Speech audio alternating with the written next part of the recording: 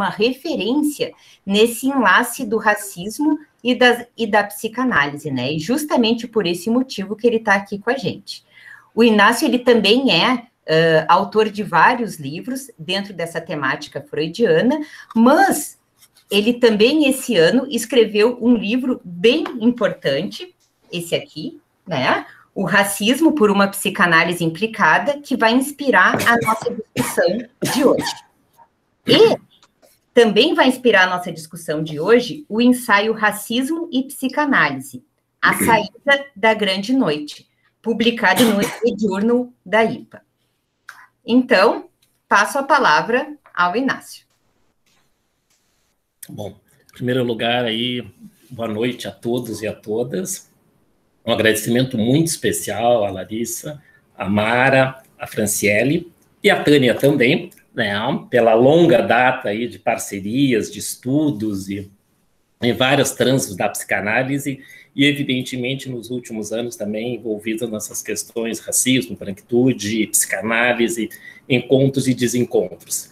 Mas, antes de iniciar, então, meu agradecimento muito especial é a minha primeira vinda ao ESIP, né, uma instituição que conheço de longa data, tenho grandes amigos no ESIP, e agora, então, a gente teve essa oportunidade do convite, de ser viabilizados por várias questões, inclusive as questões de data, aí que a Larissa teve todo um cuidado e um carinho para viabilizar que fosse uma data compatível também com as minhas questões aí disso que vocês sabem, que nós, psicanalistas, aí com a descoberta do mundo online, temos tido, assim, N atividades, às vezes em excesso, mas estamos vivendo aí, nós estamos meio deslumbrados com o mundo online.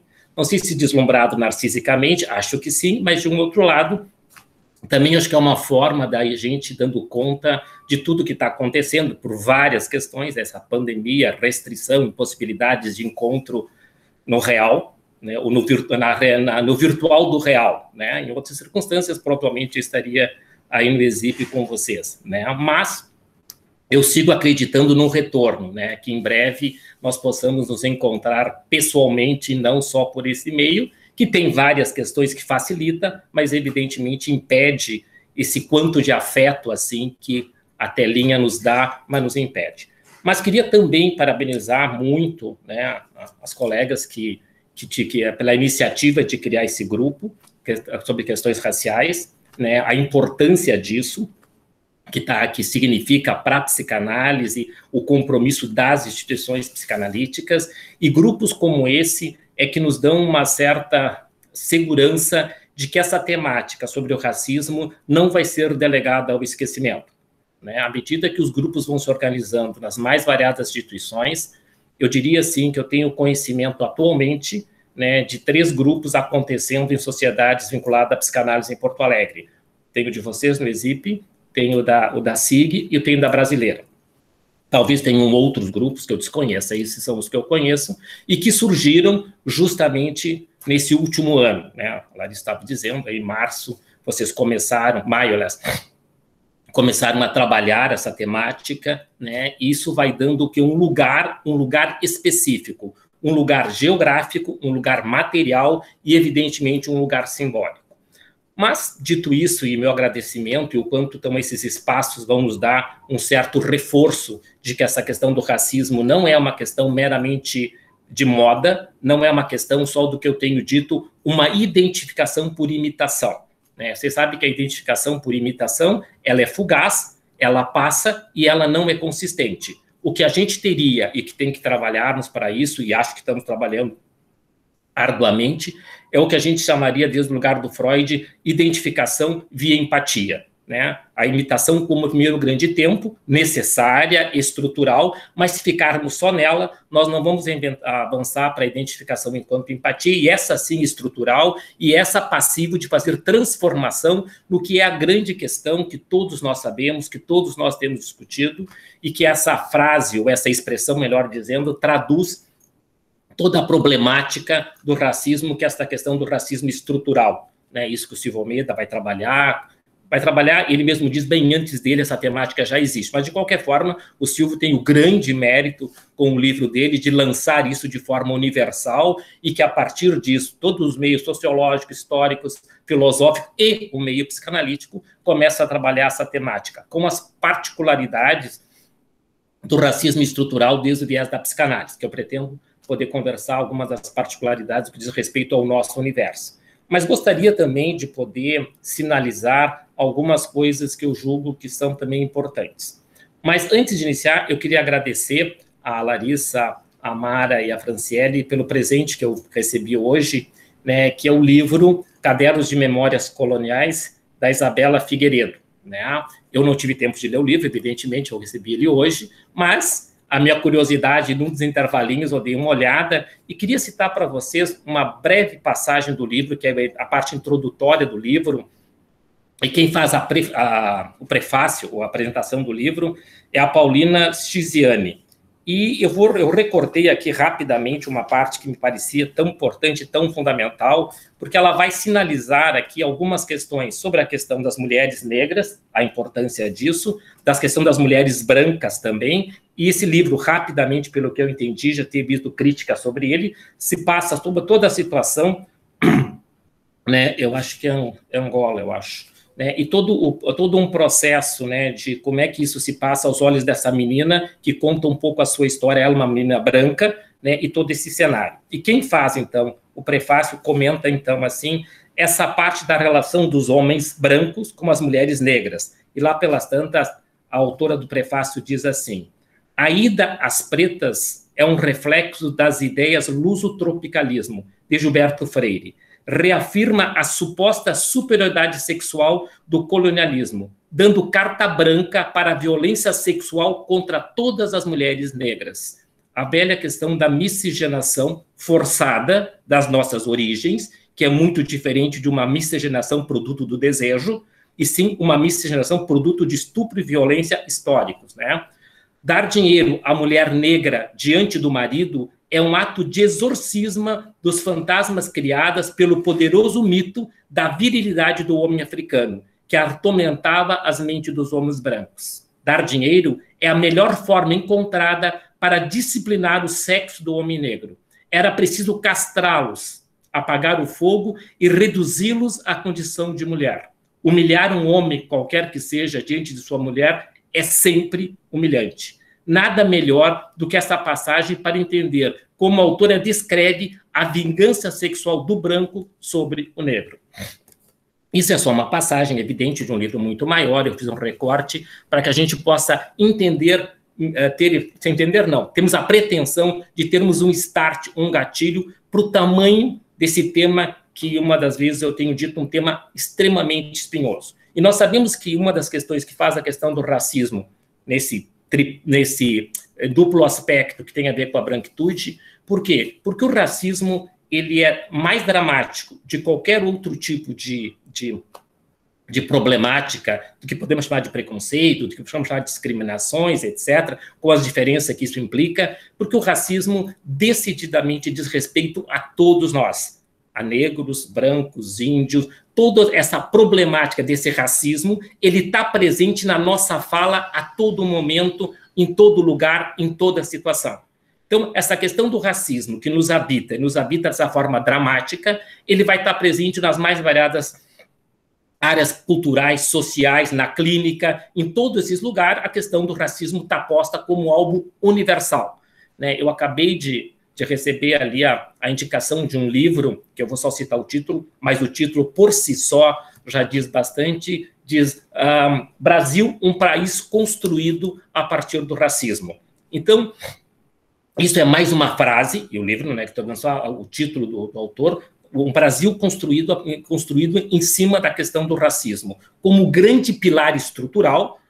Nós falamos rapidamente num dos capítulos, a questão do capitalismo, do racismo e da questão escravocrata, como é que isso nesse combo vai se articular e vai estar na base estrutural desse país chamado Brasil. Evidentemente é muito maior do que isso, mas a ideia é nós fazermos um recorte e sempre que possível que vamos conversar sobre isso, a gente tem que tentar trazer para o nosso terreno o que significa essa questão do racismo em termos da nossa realidade social, o que significa o que eu tenho dito, falar, e vocês também devem ter discutido, esse silenciamento praticamente absurdo, quase psicótico, do mundo psicanalítico sobre as questões do racismo, né? O mundo psicanalítico, estrito sensu, e eu tenho falado do que quando eu falo assim da ausência de produção, de fala, de reflexões sobre o racismo, eu estou falando das instituições psicanalíticas por estrito sensu, né? A universidade, esse outro universo, tem uma série de produção que vão acontecendo a partir do ano 2000, com mais envergadura e com maior produção, e depois das leis de cotas e com mestrados e doutorados com população negra, isso cresce.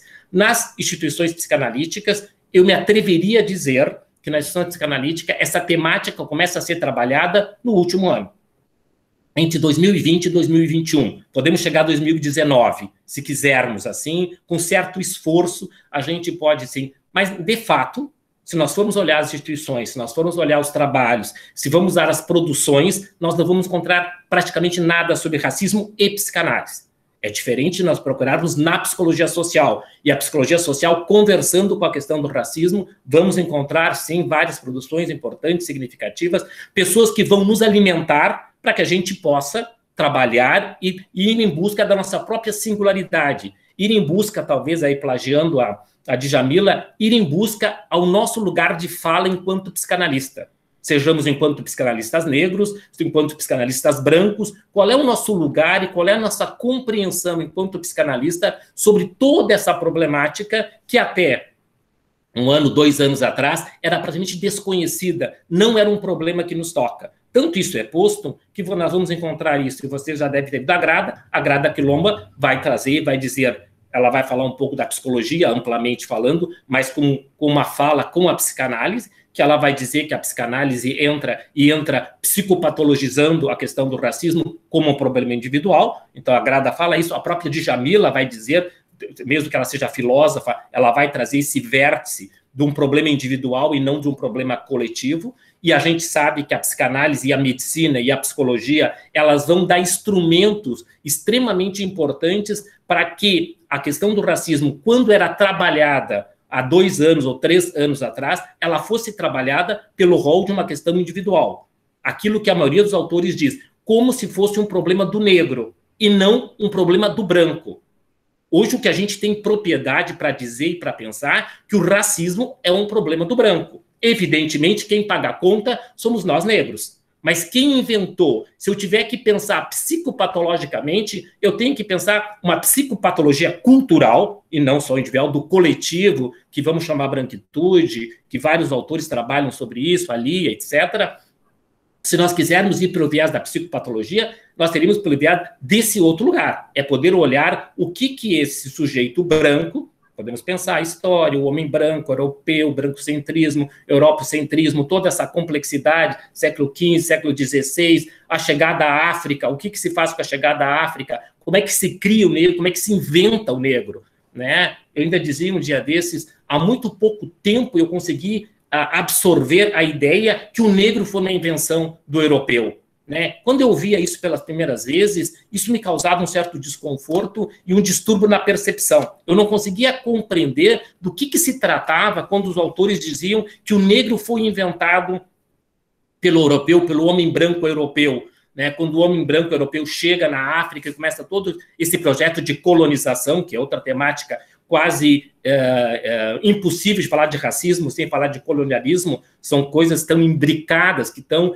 interrelacionadas visceralmente. Então, quando se fala assim que o homem branco europeu inventou o negro, claro que a gente consegue agora, eu, poder absorver e saber do que se trata sim, porque o negro africano, enquanto negro, ele vivia e para ele ser negro não era um problema, não era uma questão. É como eu perguntar para vocês, branco, algum momento alguém branco se perguntou um tornar-se branco? Essa frase jamais existiu com um branco, né, com as nossas particularidades, o branco, como diz ali, aí, o branco encardido, etc. Mas o branco brasileiro, ele nunca se perguntou o que é um tornar-se negro. Né? E o Tornar-se Negro, que é o livro clássico da Neuza, a grande contribuição, o livro que eu sempre digo, o primeiro grande livro estritamente psicanalítico é da Neuza. Evidentemente, temos a Virginia Bicudo, com a tese dela, etc. Mas a Virginia é um texto sociológico. A tese dela de 45, um livro sociológico, fantástico, extremamente importante, tal, inquestionável. Agora, o primeiro grande trabalho, com maior envergadura teórica, além da Lélia Gonzalez, que também, mas assim, mais estritamente, né? Porque a Lélia, além de psicanalista, era socióloga, tinha todo vários contingentes. E claro que a Neuza é minha predileta, porque a Neuza faz todo um trabalho eminentemente freudiano. Então, evidentemente, eu sou apaixonado por ela 2 vezes, né? Por ela ousar a trabalhar a temática do tornar-se negro nos anos 80, né? Uma mulher negra, nordestina, que sai lá da Bahia e vem para o Rio de Janeiro fazer um mestrado sobre a questão do negro, né? De uma coragem absurda, né? Que, digamos assim, sabemos que as mulheres negras são muito mais corajosas do que os homens levam muito mais tempo para ocupar o lugar de direito, e eu me coloco como um desses, né? Então, a Neuza, quando vem e toma isso e vai trabalhar isso, ela faz um duplo trabalho, todo o trabalho de começar a conversar sobre tornar-se negro e os entrevistados dele, negros de classe média e média alta. Ela vai estudar uma outra questão, como é que assumir esse lugar, né, em negros em ascensão, como se reconhecer ou não se reconhecer negro. Então, ela faz isso, e ela faz isso basicamente até todo o livro dela, vai ter um grande diálogo com o pensamento freudiano. E que, de novo, eu também digo que a Neuza é uma pioneira. Pioneira pelo tema e pioneira porque nos anos 80 estudar Freud não era algo que o mundo psicanalítico estivesse tomando. Os anos 70, mais ou menos, é que o pensamento freudiano é retomado, porque o pensamento freudiano passa por um grande esquecimento, né? Quando a escola inglesa, Klein, avança mundo afora, anos 60, etc., tem um grande boom da escola inglesa e o pensamento Urbanano e Klein vai ser hegemônico. O Freud começa a ser relido, vocês sabem, pela França, Lacan, anos 60, até que isso chega na América Latina, nós estamos nos anos 70, até que isso chega no Brasil, nós estamos nos anos 80. Né? Você sabe que eu tenho a formação no CEP, e o CEP tem o mérito de ser a instituição em Porto Alegre que retoma nos anos 80, quando ele é fundado em 84, 86, um retomar e um ler Freud no Freud, e não ler Freud através de outros pensadores. Então, a Neuza, lá no Rio, em 82, 83, ela já tem toda uma leitura freudiana extremamente importante e significativa, que o livro dela é esse clássico aí, que nós não podemos deixar de citar cada vez que a gente vai conversar sobre isso, e fazendo esse recorte. Eu estou citando ela enquanto um recorte do que nós temos de pensamento psicanalítico estrito sensu para tratar a questão do racismo. Então, a Neuza é ponto de partida e ainda ela é ponto de chegada, né? Porque nós temos pouca produção sobre essa questão. Bom, então, todo esse desfraldar de coisas importantes e significativas que nos acorda, nós nos acordamos nesses últimos 2 anos, né? Eu sempre tenho que recortar que eu me acordei um pouquinho antes, né? Que eu me acordei lá em 2018, estive na África, Cabo Verde, vários de vocês já viram falar sobre essa história, então eu não vou ser repetitivo. O meu filho diz que eu pareço velho, o velho repete as mesmas histórias, e eu não sou velho, sou só um sujeito de meia idade, então eu não vou repetir essa história, tal, mas rapidamente a minha ida à África, ela é marcante, ela é extremamente importante, a Cabo Verde, em 2018, então ali eu começo a sair um pouco do anonimato. E não só do anonimato, sobre essa questão do racismo, eu ouvi um dia disso uma historiadora, que eu não lembro o nome dela, e essa historiadora me citou uma frase que eu achei extremamente importante, enquanto eu pensava no que nós íamos falar hoje, me ocorreu essa frase.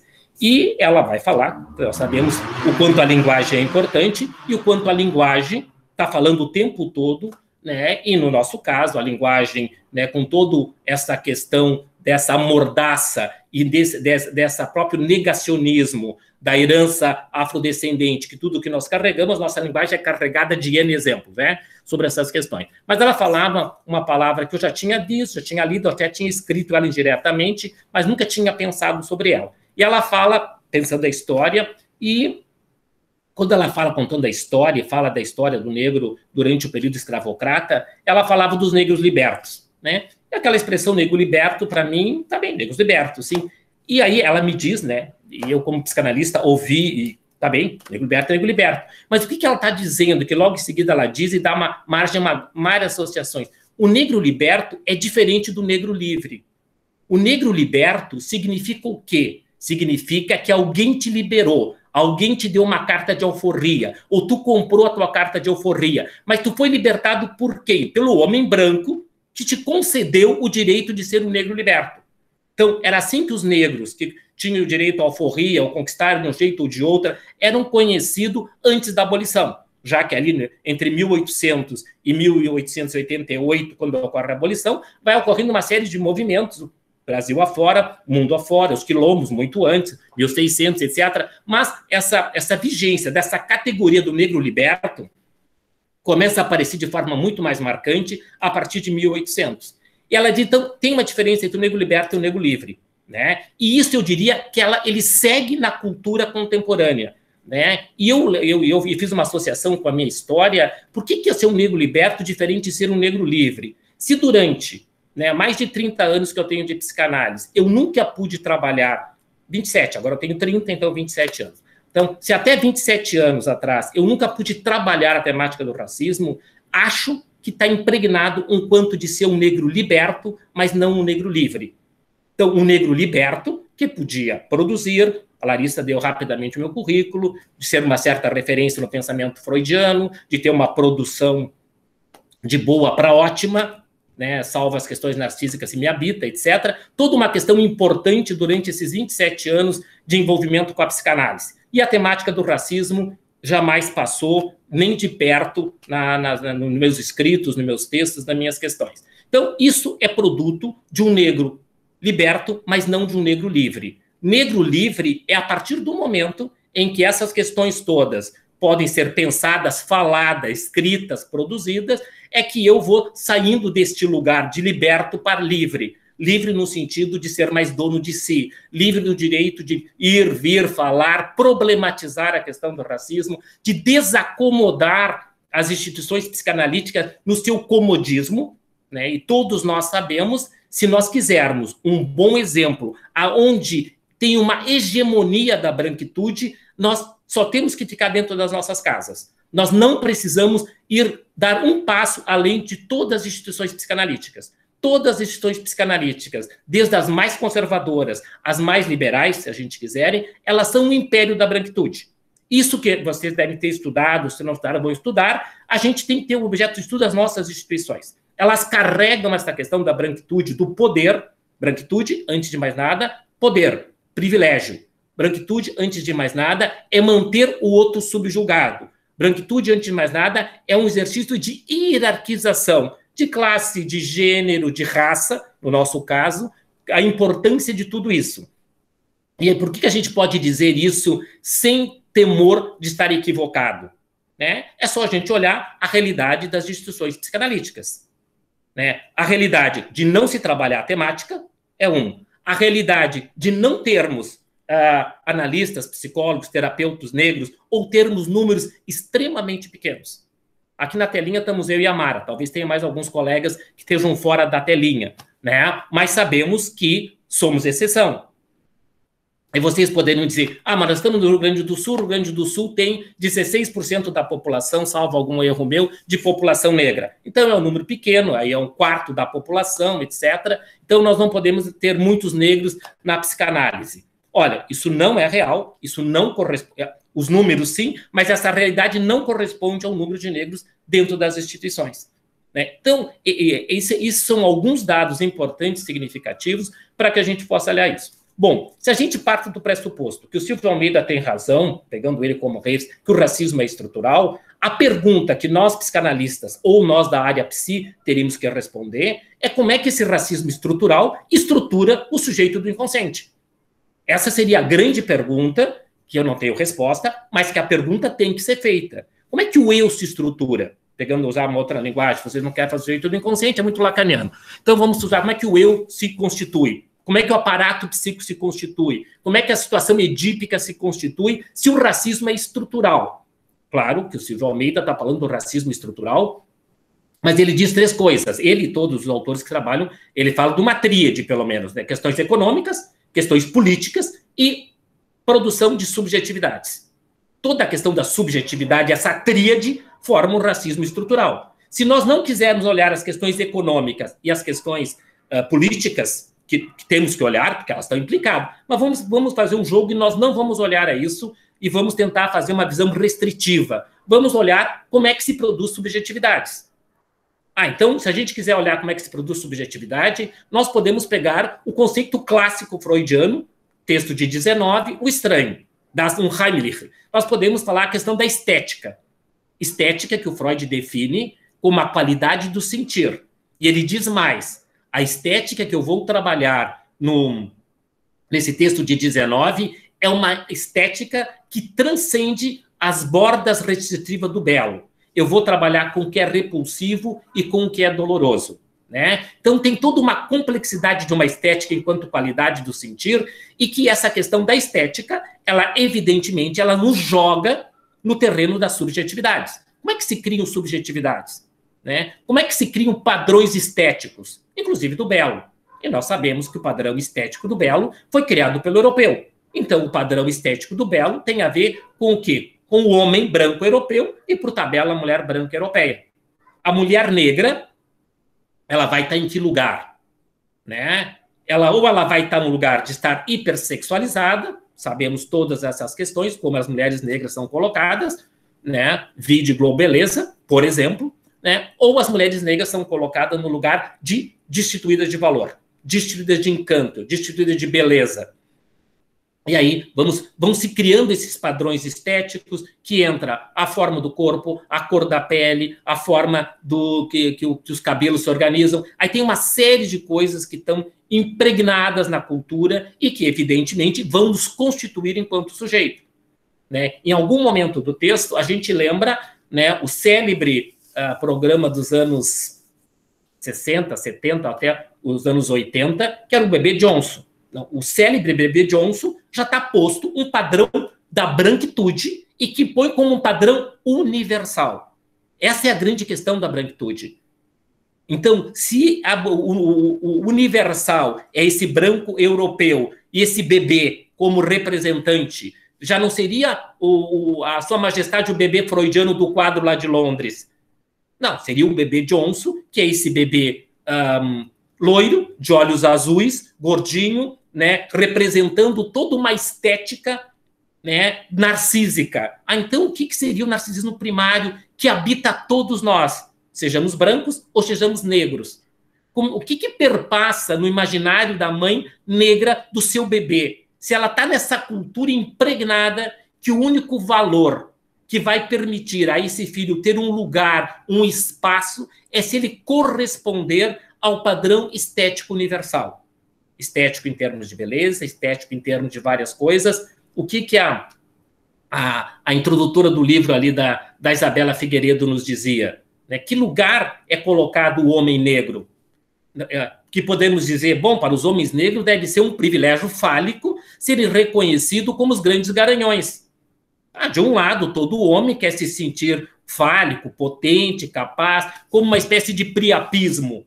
Bom, esse é um lado da história. O outro lado da história que nos faz facilmente o estuprador, nos faz facilmente o violador, nos faz facilmente o sujeito que vai estar impondo em risco a mulher branca, em especial, que tem que ser protegida desse negro.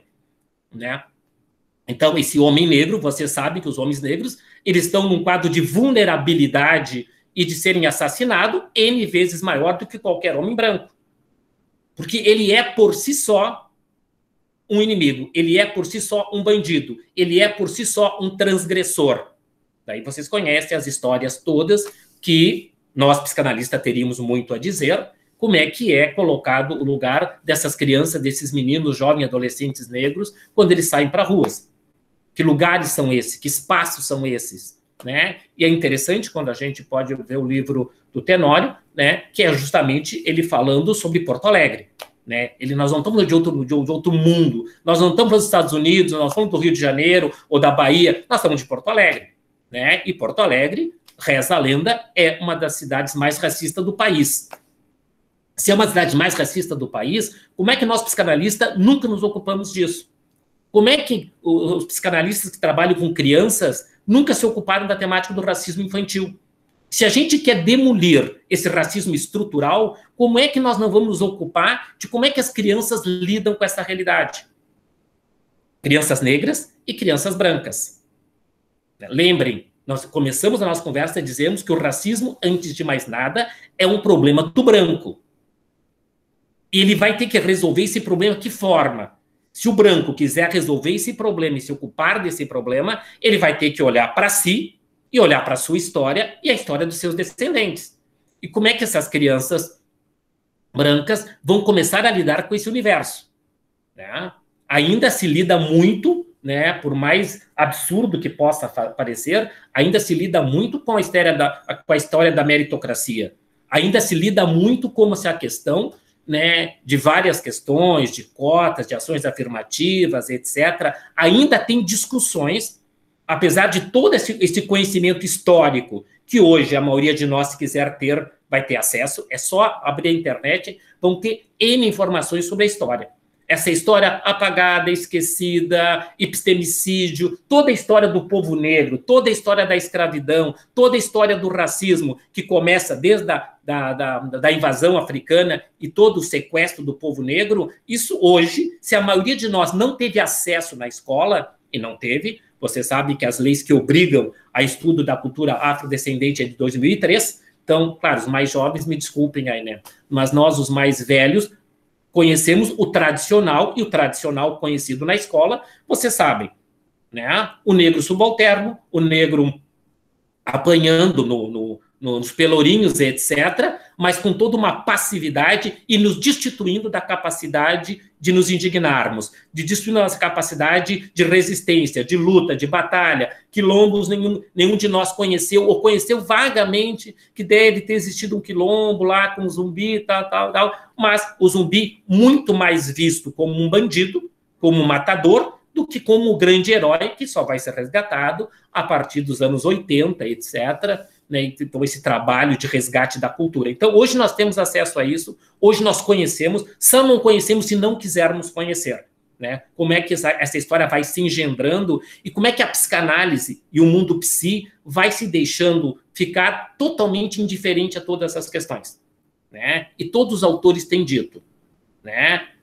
Neutralidade não é igual a descomprometimento. Neutralidade, abstinência, etc., isso é uma coisa.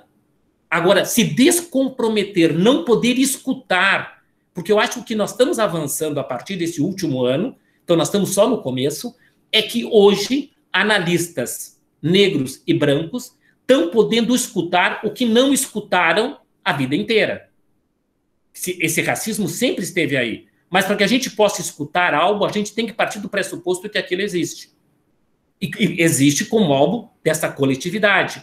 Hoje, talvez todos nós possamos dimensionar o que é, o que parece ser banal, que é entrar no shopping e ter o guarda te interpelando sobre uma questão.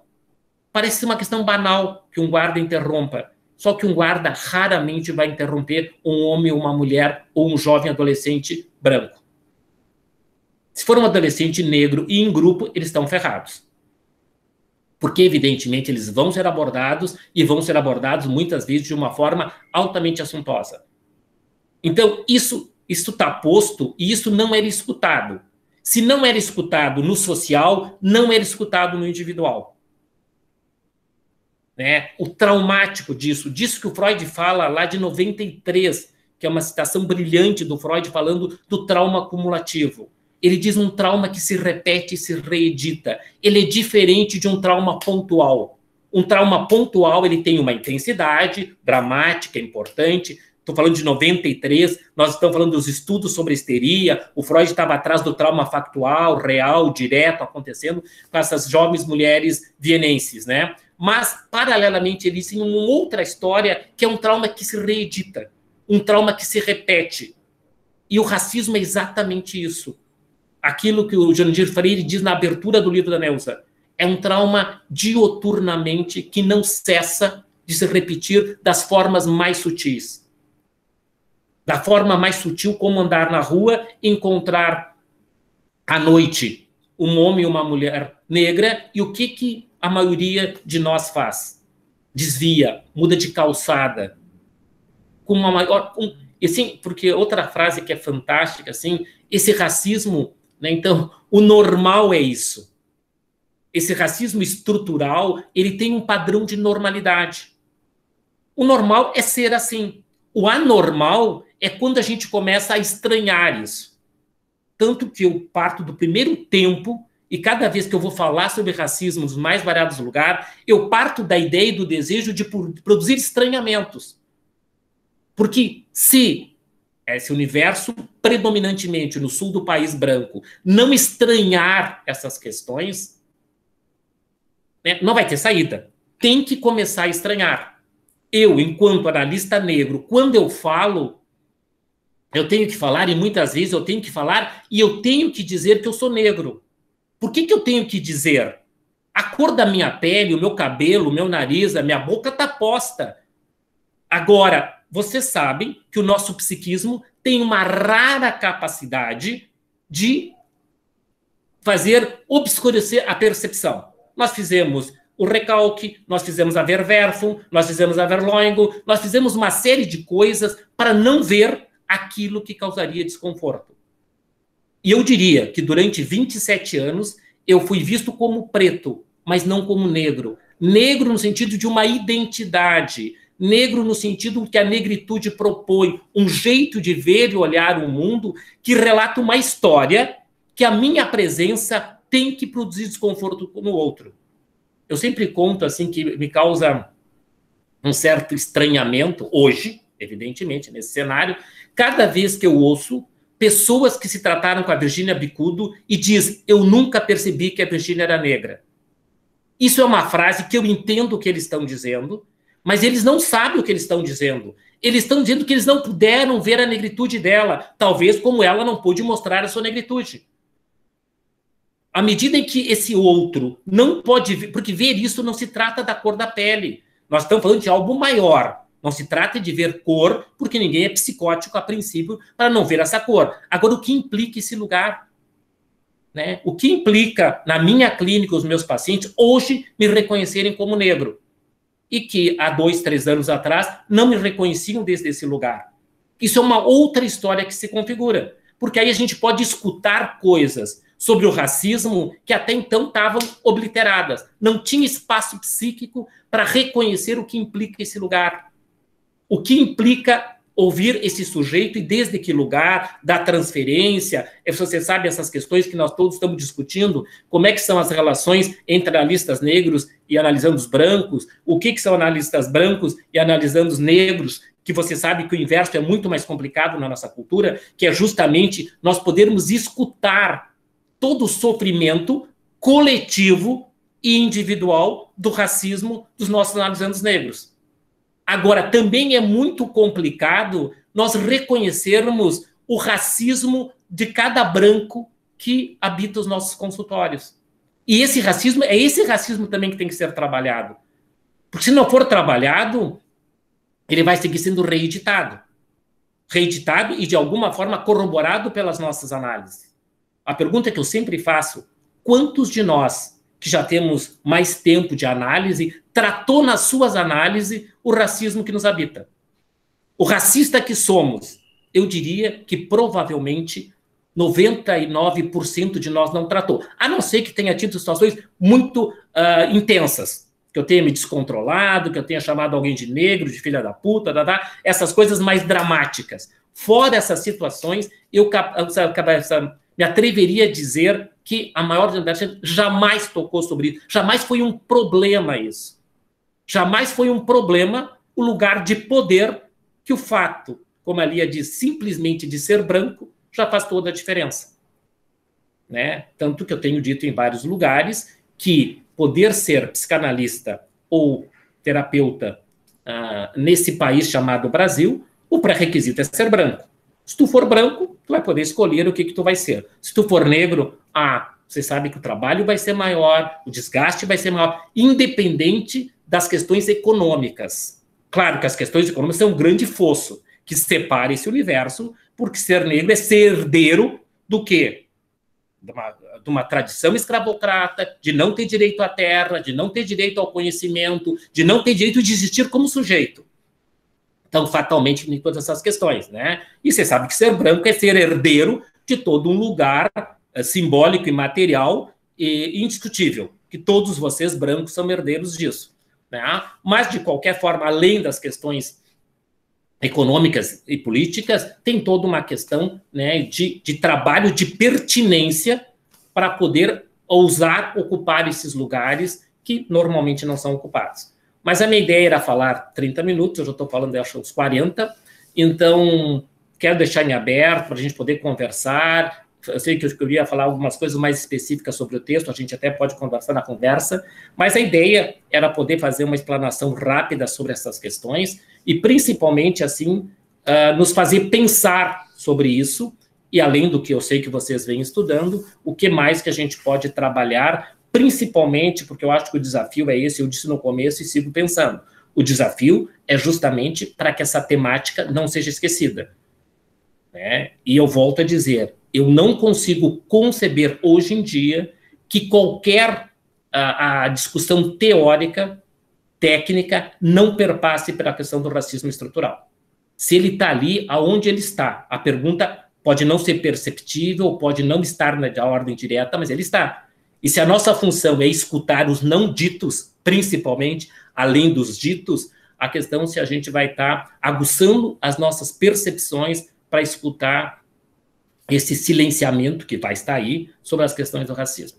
Mas estou aberto agora para seguir conversando com vocês aí. A gente podia seguir escutando a noite inteira, né? Mas o pessoal está aberto, então, né? Para que a gente possa dialogar com o Inácio, né? Então, o pessoal vai levantando a mão, eu vou chamando. Só vou fazer uma observação, Inácio, quando tu fala ali do liberto para o livre, eu fiquei pensando na tua escrita, né? Porque eu conheço os teus escritos lá, mais freudianos, e quando eu li o livro, mas mais ainda quando eu li o ensaio, eu achei assim, ó, tão poético, tão poético. Eu me emocionei muito, assim, principalmente lendo o ensaio, assim. Eu achei, assim, muito poético. E, assim... Não, nesse sentido, Alissa, eu acho que sim, eu acho que isso faz, eu acho que a questão de estar mais livre, né? Livre para pensar, para construir, para fazer algumas interligações, mas livre, assim, para que o afeto também possa se fazer mais presente, né? Eu acho que os escritos, evidentemente, teóricos, freudianos, que é onde eu mais trabalhei até então, tem toda uma questão, mas acho que tinha toda uma questão de contenção da própria palavra, assim, de pouca liberdade de poder fazer a coisa circular com mais libido e com mais determinação, assim.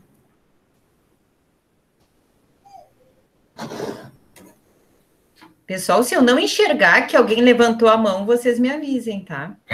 Que a telinha aqui tá, né? Tá repleta de pessoas.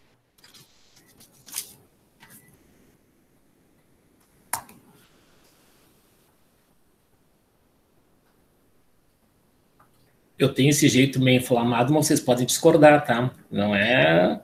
É só um jeito de falar.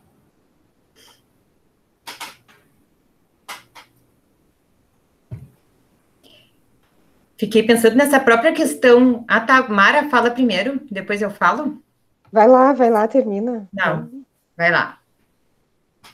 Bem, algo que tem circulado no grupo, assim, né, e que tem sido bastante inquietante para nós, me parece, é a questão da Constituição, né, da Constituição do sujeito negro. E achei bastante interessante quando tu coloca no texto ali do livro, né, o quarto elemento, né, da Constituição edípica, né, de como é constituído, né, essa família negra. E é tão, assim, pulsante isso, quando nós passamos a nos dar conta de que isso compõe, sim, a Constituição.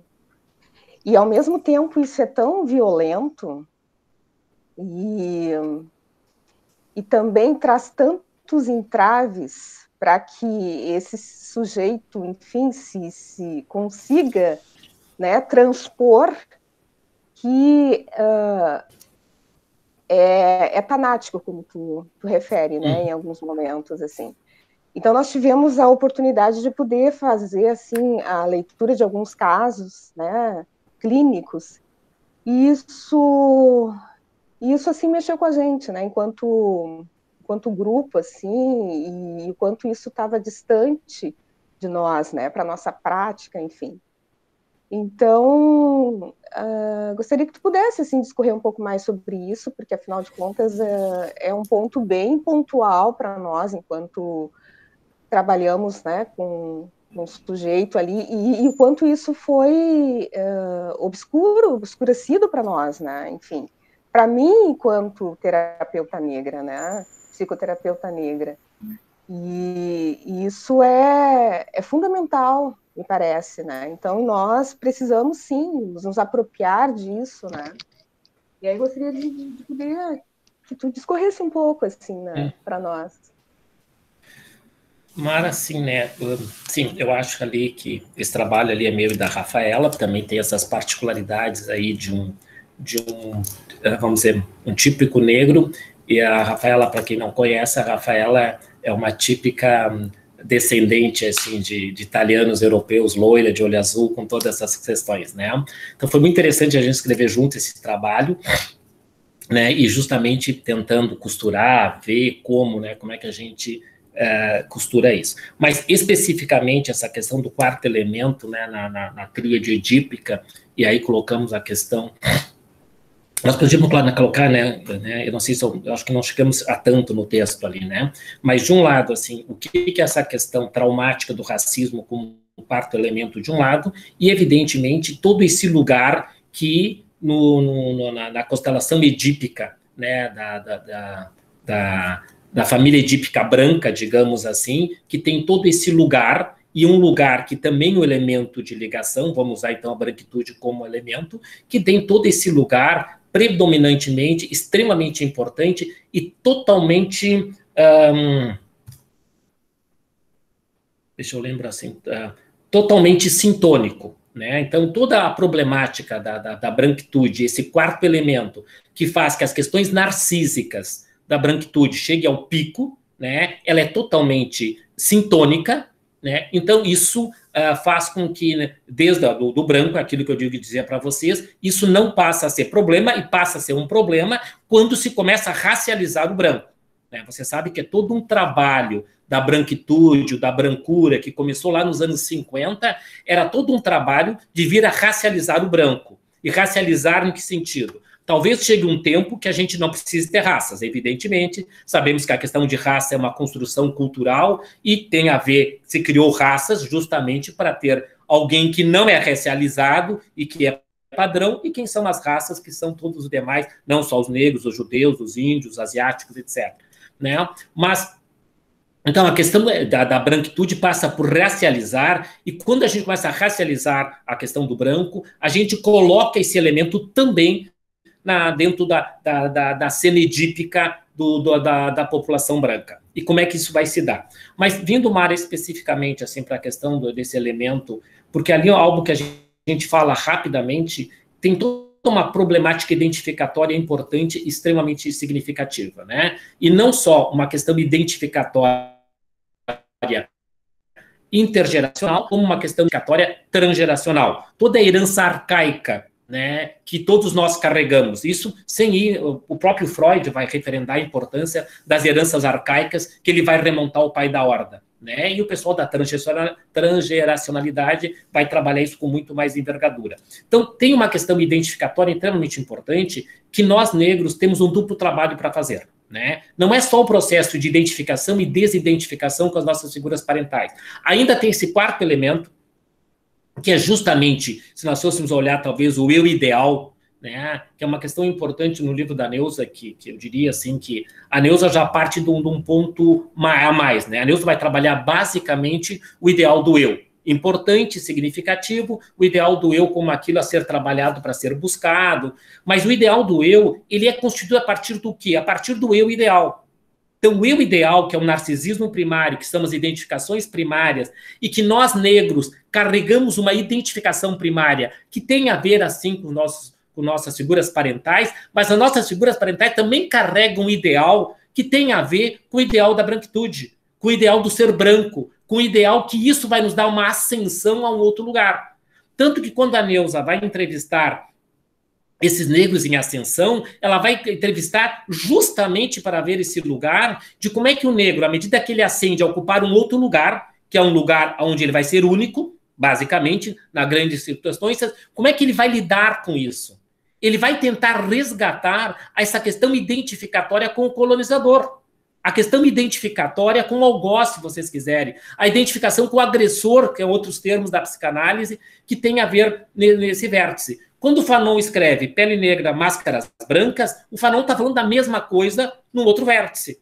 Ele diz o que nós carregamos que determina que o ideal narcísico carregue algo que tem a ver com os ideais do branco. O branco, como toda essa questão de belo, de estético, de poder, de lugar, de fálico, etc. Então, toda a desmontagem que nós temos que fazer é toda uma desmontagem para poder, por isso que se fala tanto, se discute tanto, a importância de terem lugares importantes para que a população negra possa se identificar. Isso vocês vão ver na linguagem popular, vocês vão ver quando surgiram as primeiras bonecas negras, quando surgiram os primeiros bonecos negros, etc. A importância disso, o lugar disso, né? Esse dia eu estava lendo uma entrevista sobre os criadores da revista Raça, a revista Raça, anos 90, eu acho. Né? O que era a revista Raça? A revista Raça foi uma primeira revista criada no Brasil, voltada a negros, né? Uma revista de fins...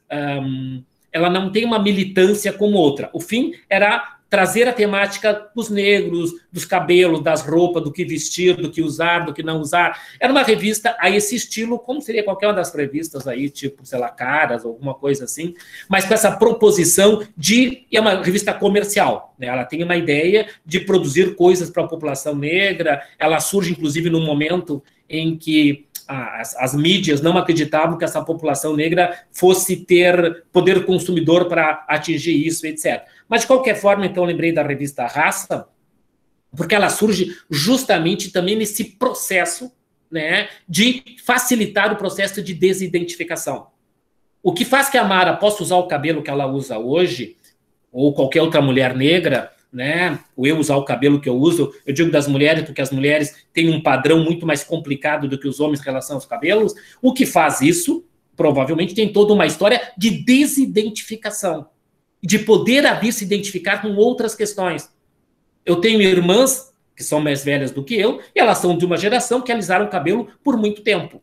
E às vezes alisando o cabelo com questões assim de produzir feridas no cabeço, etc, etc. Mas por um ideal branco, sem poder ter a mínima dimensão, né, do que se tratava, o que seria um padrão estético, desejável, papapá, que não fosse esse modelo.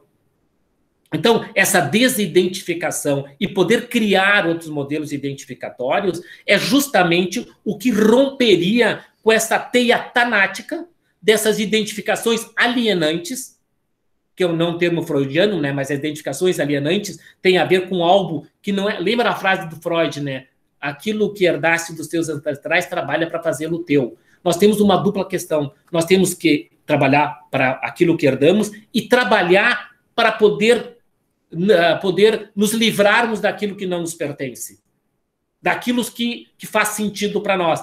Então, Mara, sucintamente, isso é amplo, isso é o grande desafio, mas essa problemática do processo de desidentificação desse modelo, que é totalmente estrangeiro, mas é um preço que, evidentemente, todos nós negros que vivemos na diáspora, que somos, inclusive, uma outra expressão que hoje eu discuto a validade de usar a expressão, que eu acho que ela não é procedente, porque ela materializa, eu já escrevi sobre isso, e hoje eu não escreveria essa expressão, porque ela materializa também o ser estrangeiro na própria terra. A expressão afro-brasileiro. A expressão afro-brasileiro, hoje eu não usaria mais, e já usei por ignorância. Por que afro-brasileiro? É diferente de dizer que eu sou um afrodescendente. Eu tenho uma herança que tem a ver com os africanos, que tem a ver com várias coisas. Afro-brasileiro significa, é como se tu fosse, mas não fosse pertencente ao país que tu vive, ao lugar que tu está. Quando tu fala dos afro-americanos, é marcar o lugar como se fôssemos ser honestos, todos os americanos têm uma origem estrangeira,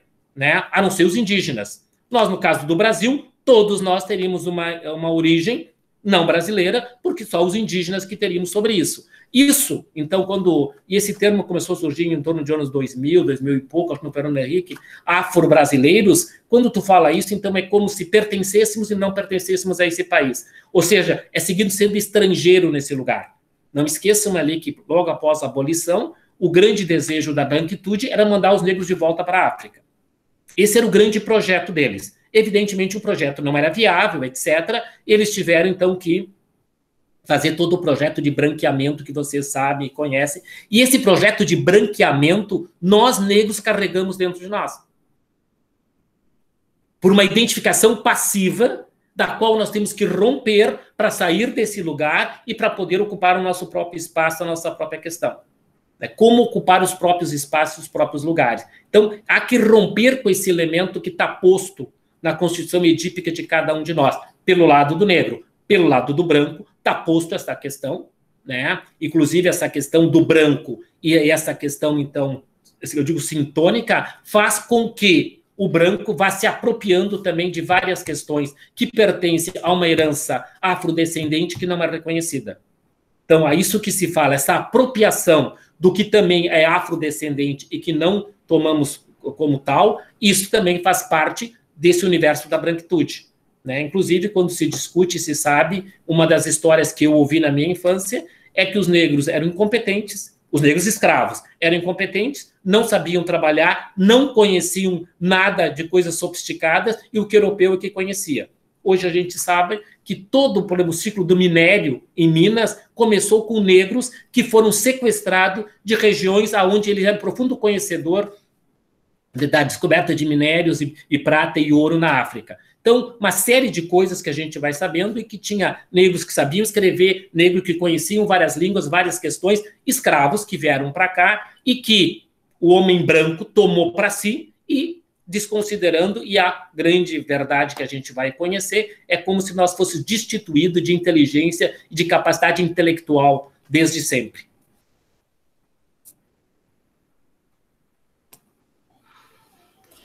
Eu acho que eu li o texto com a Mara, porque a questão que eu ia fazer era exatamente essa, Mara.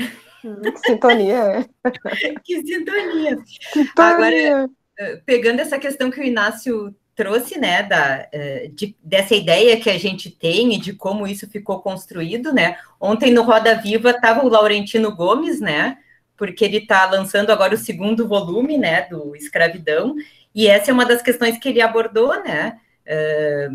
E que, claro, que para a gente causa um estranhamento, porque a gente vem, né, com essas ideias, né, que foram construídas há muito tempo, né? Então, nesse 2º volume agora, ele vai estar trazendo bem específico toda essa ideia, assim, né, de justamente toda a questão do minério, a questão da pecuária e tudo isso, bom, toda a expertise do povo negro, né, que não é essa coisa, não, só a mão de obra pesada, né, não, de que também tinha toda essa expertise e não é uma história que, ao menos para mim, não era conhecida, né? E eu acho que isso, Letícia, acho que é extremamente importante, porque isso mostra, assim, né, isso que a gente fala, né, que é destruição de um legado, né, e que isso se fez, né, desses, né, mais de 400 anos, né, ou 500 anos entre escravidão e racismo pós-escravidão, etc., todo um trabalho para poder realmente destruir uma identidade, uma história, não só o imediato, né, quando tu tira do próprio lugar a língua, toda aquela questão, né, mas todo o trabalho que vai ser feito de geração a geração para que isso não venha à tona. Né? Então, por isso que nós estamos só no começo dessa história, assim, principalmente nós no universo psicanalítico. Nós estamos começando a olhar essa história, poder saber dessa história, né? Tanto que eu tenho dito também, né, mais do que falar sobre psicanálise, desde que eu comecei a estudar a questão do racismo, eu tenho estudado história. Basicamente, eu tenho visto os historiadores, os sociólogos, os filósofos, né, a Larissa está passando o Laurentino, que é o sujeito que escreveu 2 livros importantes, etc., mas o que eu tenho estudado, e evidentemente, num segundo tempo, tendendo a fazer links com pensar psicanalítico, etc., mas, basicamente, nós temos que nos abastecer de conhecermos uma história que nós não conhecemos, né? Ou conhecemos muito pouco. Nós conhecemos a ponta do iceberg de uma série de coisas. Se nós não pudermos conhecer isso, nós não temos como poder trabalhar, interagir e, evidentemente, discutir a clínica, que é uma das grandes questões, porque aí eu acho que a psicanálise cumpre um papel extremamente importante. A psicanálise nos seus dois grandes vértices, né? As intervenções na cultura, né, como jornadas, atividades científicas, etc., que fizemos, e como intervenções analíticas, estrito sensu, nos próprios setting, né? Então, os instrumentos que nós temos de trabalho são vastos, mas há que poder ressignificar e, algumas vezes, significar uma história que ela estava literalmente deletada de todos os espaços possíveis, né? Ao ponto ainda, mesmo que essa lei de 2003, né, as escolas ainda têm uma alta resistência de trazer essa temática para dentro das escolas. Elas aparecem minimamente o necessário, né, mas muito aquém do que deveria estar presente. Ou como, por exemplo, né, se esse racismo é estrutural e dessa forma, como é que a gente faz formações analíticas ou psicoterápicas sem trabalhar a temática? Isso é de um absurdo que a gente diz, mas não acredita no que diz. Como é que a gente não trabalha isso, se isso é tão importante, é tão significativo, se tem a ver com a história de todos nós, e não é com a história dos negros, a história dos negros e dos brancos e dos índios, tem a ver, como é que isso não é trabalhado dentro das formações? Ok, nós temos que começar por algum lugar. Espaços como esse, que o ESIP inaugurou, que outro inaugurar, é a porta de entrada. Agora nós temos que perguntar como é que nós não vamos ter isso dentro do próprio curso de formação. Como é que a gente se forma enquanto sujeito que está implicado com sofrimento alheio e desconhece um sofrimento universal, que diz respeito a todos nós, na transferência e na contra-transferência? Nós não temos saída. Essa temática ela está sempre presente nas mais variadas formas, nas mais variadas situações. Então, se nós não pudermos trazer isso também para dentro dos nossos seminários de formação, além desses espaços como esse, nós precisamos trabalhar para avançar, né, para poder trazer isso de uma forma que cada um de nós se implique com isso, que pense, que produza, que divirja sobre essas questões, né? Você não cai na patologização, né, que nem a Quilomba diz, né?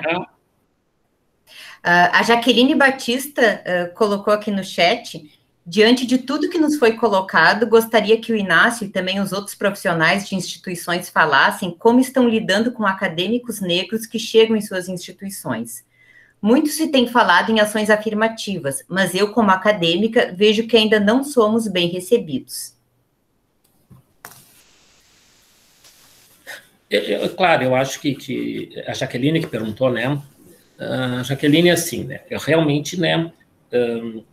Falando das instituições psicanalíticas, né, que é onde eu transito, né, o próprio ESIP, etc., né, eu acho que sim, que estamos no começo de uma jornada árdua, longa, né, o que as instituições psicanalíticas têm se proposto, né, inclusive para receber não só acadêmicos, enquanto estagiários, etc., acadêmicos que queiram vir a fazer formações em psicoterapia ou em psicanálise, etc., o que eu acho fundamental, né, e que um espaço como esse do ESIP é fundamental, ou outras instituições, né, que tem, né, nós precisamos ter esse trabalho que a gente vai chamar aí, que é o termo que melhor me ocorre, de letramento racial.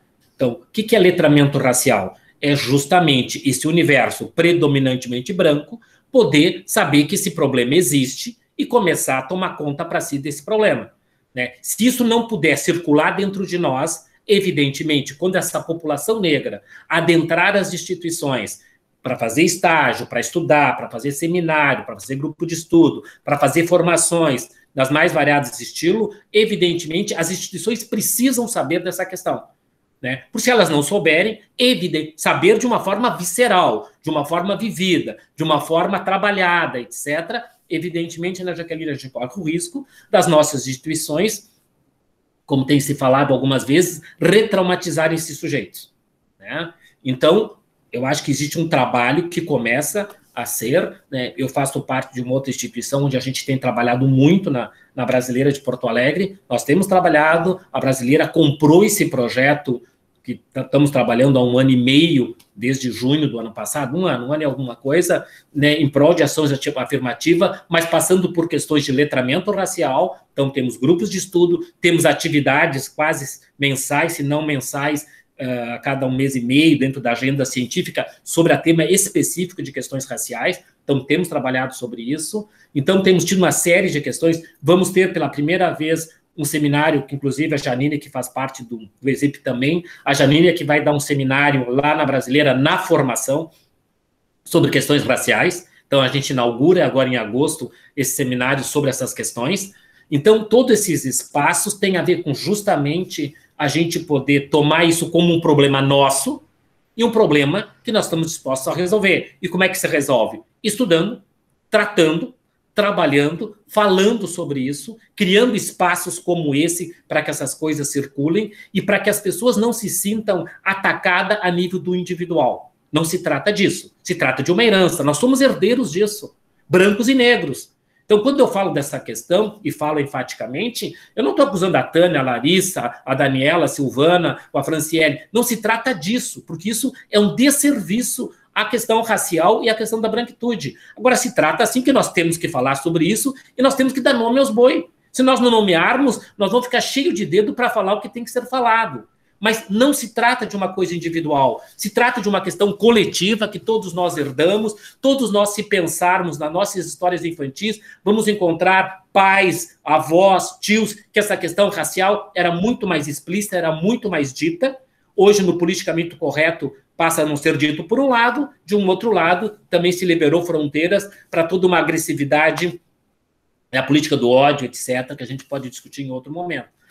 Então, eu acho que é poder saber falar sobre isso, dizer sobre isso, não é fazer ataques pessoais, mas a gente tem que poder compreender isso. Quando a gente ouve um colega usando palavras que ele não se dá conta de cunho racista, nós temos a obrigação de sinalizar. Ah, mas ele não vai gostar. É uma pena que ele possa não gostar, mas ele perde a chance de poder aprender, que eu posso usar porque eu sou formado nessa mesma cultura de vocês.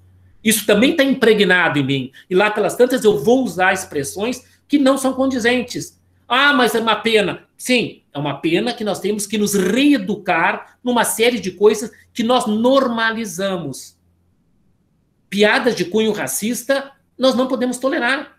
Vamos brincar com outra coisa. De cunho racista, de cunho sexual, com mulheres, etc., nós não podemos tolerar. Nós podemos tolerar que algum homem faça piada com as mulheres? Ou nós temos que intervir e nos posicionarmos? Ah, isso vai causar mal-estar. Bom, mas se a gente quer mudar o que está estabelecido, é na vida cotidiana. É na vida cotidiana. Programas de televisões que a gente viu nos anos 80, hoje a televisão pegaria fogo. Alguns absurdos que houveram na história da televisão brasileira e do mundo. Mas hoje seria intolerável. O lugar que o Mussum era colocado nos Trapalhões, nós rimos e achamos muito engraçado. Mas aquilo é um estereótipo do negro, homem bêbado, que fala errado, etc., etc., que não é possível que se faça isso, porque é um programa de rede nacional e não significa só uma brincadeira de um grupo de trapalhões. Implica, sim, que lugar é esse que é colocado e que se propaga como se esse lugar fosse o lugar do negro. Ou quando eu falava da Globeleza, não se trata só de uma mulher, agora se trata de que lugar as mulheres são colocadas e aquela mulher negra é colocada. Né? Então, o que isso implica? Então, de novo, nós temos que poder falar sobre isso. Nós temos que poder nos posicionar em relação a isso. Nós temos que poder, dentro do possível, não nos omitirmos. Então, tem coisas que nós nos omitimos historicamente e que hoje não é compatível. Seja dentro das nossas instituições psicanalíticas, sendo dentro das nossas casas, literalmente, das relações de pessoas que nós convivemos, o quanto nós vamos nos posicionar e não vamos ser coniventes. O Freud tem uma frase, né? É culpado do crime quem se beneficiou dele. O Freud diz lá em Totem e Tabu. Então, tem a mesma responsabilidade quem se beneficia. Cada vez que a gente é omisso em relação a coisa, a gente tem a mesma responsabilidade do agente ativo do fato. Então, as instituições, eu acho que elas estão se preparando, o trabalho é árduo e o trabalho é longo, mas eu acho que hoje tem maior escuta, hoje acadêmicos ou que entrem nas instituições e que se sintam desconfortável, eles têm como ter lugar de voz, lugar de fala, novamente falando, né? As próprias instituições, aí, a URGS, que eu conheço um pouco, com o José D'Amico, eles também avançaram. Hoje eles têm conselhos de ética, hoje ele tem ouvidoria para essas questões raciais que passam. Claro, a universidade está muito à frente de nós, porque as questões das cotas, 2010, o trabalho das instituições sérias, hoje avançaram muito, né? Mas seguem tendo problemas. Bom, a questão não é ter problemas, a questão é, diante do problema, o que nós fizemos. E eu acho que a gente tem muito mais recurso do que já teve para trabalhar com isso, principalmente à medida em que todos estamos, de alguma forma, mais sensibilizados com essa questão.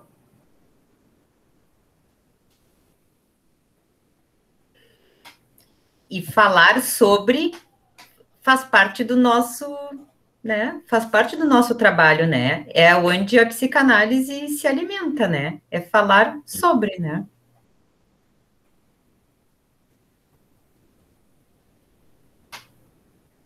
Uma das questões, Inácio, que volta e meia a gente se pega pensando no grupo é quando vem esse estranhamento, assim, aonde a gente estava, né? Porque parece que a gente acordou meio de repente, assim, e essas questões começaram a ficar mais presentes, né? Se a gente for pensar em termos, assim, de mecanismos de defesa, como será que a gente podia pensar isso, assim, né? Que daqui a pouco, né, como é que, né, como será que a gente não se dava conta, assim? Eu acho que é a pergunta que todos nós nos fizemos, assim, né, e onde é que nós andávamos, né? Às vezes eu conto que a primeira vez que eu falei sobre questões raciais no Brasil, é porque eu falei lá em Cabo Verde, né, e foi na jornada de 2018 da Sociedade de Psicologia do Rio Grande do Sul. Eu fui convidado para uma mesa na jornada da sociedade, que era sobre o traumático. E aí eu abordei a questão do racismo, numa fala incipiente e tal. E quando depois que terminou a mesa, no tempo que os eventos eram presenciais, tá, pessoal? 2018, que não é dessa época, tinha uma época que a gente se encontrava, tomava um cafezinho, conversava, comprava livro, tinha, assim... Antes da jornada, tinha livros para comprar, etc.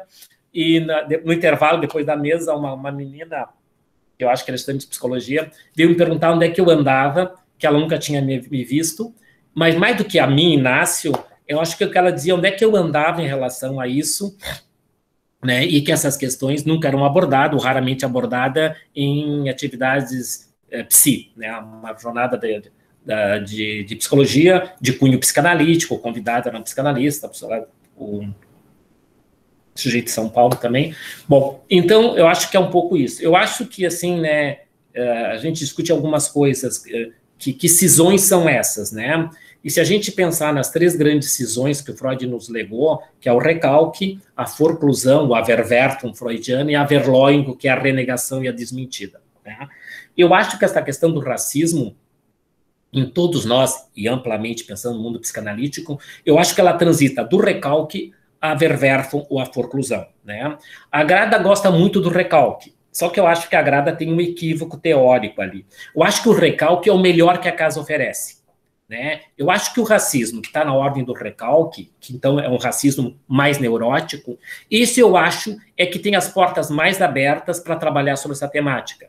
Quero crer que esse é o racismo que permeia o mundo psicanalítico. Quero crer das pessoas que começam a se dar conta disso, o recalque se eleva e tu pode te dar conta e assumir, sim, o teu lado racista, começar a reconhecer isso, perceber na tua história familiar, o quanto esse racismo te habita e como é que ele vem se manifestando. Então, o racismo que o recalque... Então, o que é? A verdade do racismo, ela passa desapercebida, ou quando era percebida muito mais como uma questão individual, que algumas vezes eu uso a palavra para sintetizar como um autoconceito do Inácio. O Inácio é que tem problema com a sua inferioridade. O Inácio é que acha que o mundo é contra ele. O Inácio que é paranoide, etc., quando ele denuncia algumas coisas sobre isso. Quando vocês veem, por exemplo, a Vânia Cidade falando, que é uma colega do Rio, que tem uma longa experiência, e a Vânia está trabalhando com isso há mais de 10 anos, que ela fala como psicanalista sobre essas questões, e a Vânia sofreu muito mais, né, essa questão né, de uma desconsideração pela sua fala sobre as questões raciais. Né? Ela ouviu muito mais do que eu não ouvi, que isso é mimimi e que chega de falar sobre isso. A Vânia ouviu muitas vezes, quando vocês ouvem ela falar, a Vânia torna isso público até que essas coisas mudem no contingente. Então, algo da história do recalque, eu acho que parte de nós tem isso. Outra parte, que eu acho que é a parte mais dramática, vai circular entre a desmentida, a Verleumdung, ou a renegação, e a Verwerfung, a forclusão lacaniana, que é psicótica. Né? Uma parte nossa forclui de tal forma isso, que é a parte que vigora hoje e que vai culminar naquele trabalho do Lourenço Cardoso, que é a branquitude acrítica, por exemplo. Ela forclui, né? Ou ainda que ela diz que não existe racismo. Né? E vocês já ouviram isso de autoridades brasileiras, dizeram que no Brasil não existe racismo. Isso é de uma forclusão misturada com uma renegação de uma ordem absurda e que só esses mecanismos, entre outros, para que a gente possa dimensionar essas questões. Então, acho que o nosso psiquismo também faz isso. Inclusive, a gente poderia dizer assim que nós vivemos uma espécie de alucinação negativa coletiva. Ou seja, o que é uma alucinação negativa coletiva? É nós olharmos tudo isso e não podermos ver. É uma perturbação perceptiva que tem a ver com essas cisões, mas que também é instrumentalizada uma alucinação negativa em massa. Lembra, alucinação negativa, o sujeito olha e não vê. E fica totalmente despercebido.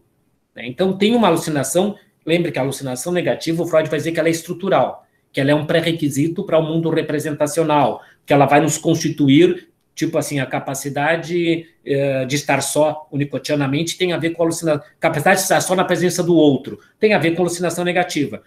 Eu não estou falando dessa alucinação negativa estrutural, unicotianamente falando, e freudiana. Estou falando da alucinação negativa intensa e importante sobre essa questão racial que nós não tínhamos aparato psíquico para poder escutar e poder ouvir, tanto da cultura, amplamente falando, ou ainda do que vem através do set analítico. Então, acho que esses mecanismos que a gente foi usando, porque acho que a frase é da Djamila, né, e também é da Grada, né, ela diz assim, o que seria de sofrido para o povo branco ter que reconhecer essas questões todas? Ela fala de culpa, ela fala de vergonha e fala de responsabilidade. Ter responsabilidade nisso. Né? E saber que todos nós somos herdeiros dessa responsabilidade. Herdeiros simbólicos. Né? Nós não estamos falando, bom, já não estava lá quando tudo começou. Sim, somos herdeiros por vários mecanismos. Né? Nós somos obrigados aqui no sul do país, Santa Catarina, principalmente, olhar que esse processo de branqueamento, todos os ancestrais de vocês fizeram parte disso. Toda essa imigração italiana e alemã, ela veio para cá dentro de um pacote e de uma proposta de dar ao branco tudo e ao negro nada. Porque toda essa população teve acesso à terra. Pagou parcelado, trabalhou muito. Nós não estamos falando que a população branca não trabalhou, não veio para uma terra também árida, para as encostas aqui da região da Serra Gaúcha, etc. Não se trata disso. Mas teve uma série de benefícios para ocupar que nem o negro ganhou. Nem o negro ganhou. Né? Esse dia eu estava lendo alguma coisa sobre o André Rebouças. O André Rebouças, que era um negro que nunca foi escravo, o pai dele também já era um negro liberto, etc, etc. Né? Ele vai ser engenheiro. Ele tinha todo um projeto, ele, o José do Patrocínio ele e o José do Patrocínio trabalharam muito, e esqueci do terceiro. Mas ele e o José do Patrocínio tinham todo um projeto de abolição com reparação, todo um projeto de reforma agrária o André Rebouças tinha. Né, de propostas claras de como fazer isso, de como possibilitar que essa população tivesse acesso à terra. Lembro que naquela época, muito mais do que agora, ter acesso à terra era a garantia pela qual tu poderia sobreviver, plantar, criar, etc. Né, algo que tem valor até hoje, mas naquela época muito intenso e importante. E esse projeto não foi aprovado. Né, eu sempre digo, quando eu fui ler a Lei Áurea, é uma dor na alma. É uma linha. A partir dessa data está extinta a escravidão em todo o território nacional. Ponto. Território brasileiro. Em uma linha, a princesa Isabel assinou isso, e se eximiu de toda essa responsabilidade e toda uma alternativa que teria de viabilizar acesso. E aí, se a gente olha para isso, a gente vai entender, né, por que a população negra vai ficar no lugar histórico que sempre ficou e que só vem rompendo nos últimos anos e vem rompendo muito em função das ações afirmativas universitárias. Elas marcam a diferença da história dessa população. Né? A maioria dessa população não teria acesso à universidade. E daí a gente vai romper. Hoje na universidade não existe, praticamente não, nós estamos mais na história do negro único. Provavelmente a Mara, quando fez psicologia, eu fiz medicina, se ela não era negra única, ela devia ser uma das poucas. Né? Eu que sou mais antigo ainda, mais antigo, não mais velho, mais antigo, eu seguramente faço parte dessa geração. Né? Tanto que eu me sinto muito bem representado no livro da Neuza. Né? Eu sempre digo que ela escreveu para mim aquele livro. Mas não, isso é o meu delírio narcísico. Né? Mas, de qualquer forma, tem algo ali que fala dessa história importante que muda a partir desse contingente. Né? Claro, enquanto a universidade começou a se envolver com isso, digamos, a partir de 2010, no Rio de Janeiro, acho que foi 2008, a Universidade Estadual do Rio de Janeiro, acho que em Brasília também foi um pouco antes, mas a partir de 2010, 2012, se tornou, então, uma lei universal. Uma lei universal com tempo de duração, né, que estamos discutindo agora, que tem um problema para 2000, né? Então, acho que é importante, assim, o que acontece com a mudança da universidade e que nós só vamos nos ocupar disso praticamente 10 anos depois, a partir de 2020, né? Inácio, como sempre, o tempo contigo voa. Já está acabando o nosso tempo. Pessoal, quem quiser, assim, ter mais uma palhinha com o Inácio, nós vamos ter um tema livre na nossa jornada, onde vai ser apresentado o trabalho sobre o curta-metragem Aquele Dois Estranhos, que é um trabalho em grupo, do qual eu tenho a honra de participar desse grupo, junto com o Inácio, junto com a Tânia, que está aqui com a gente, junto com a Júlia Protas, que está aqui com a gente também, e mais alguns colegas. Esse tema livre vai ser apresentado e, com toda a honra, vai ser comentado pela Mara, né? Então, vai ser um pedacinho desse nosso grupo aqui na jornada, né? Então, fica também o convite para a participação da jornada do ESIP, né? Que vai acontecer nos dias 13 e 14 de agosto. Então, já aproveito aqui e faço vários comerciais. E hoje, né, pessoal, a Jéssica aqui está dizendo prazer em te ouvir, Inácio, obrigada. Que bom te ter aqui, Jéssica, também, né? Hoje a gente, então, está fazendo o encerramento do nosso semestre aqui do nosso grupo de Relações Raciais e Psicanálise, que vai ser retomado, então, no dia 10 de agosto. Eu vou, então, passar para o Inácio para ele dar, assim, uma palavra final, né? Aqui tem vários colegas, então, né, que estão dando um oi aqui no chat, né? E passo, então, para o Inácio fazer as suas considerações finais. Bom, pessoal, eu quero agradecer muito, né?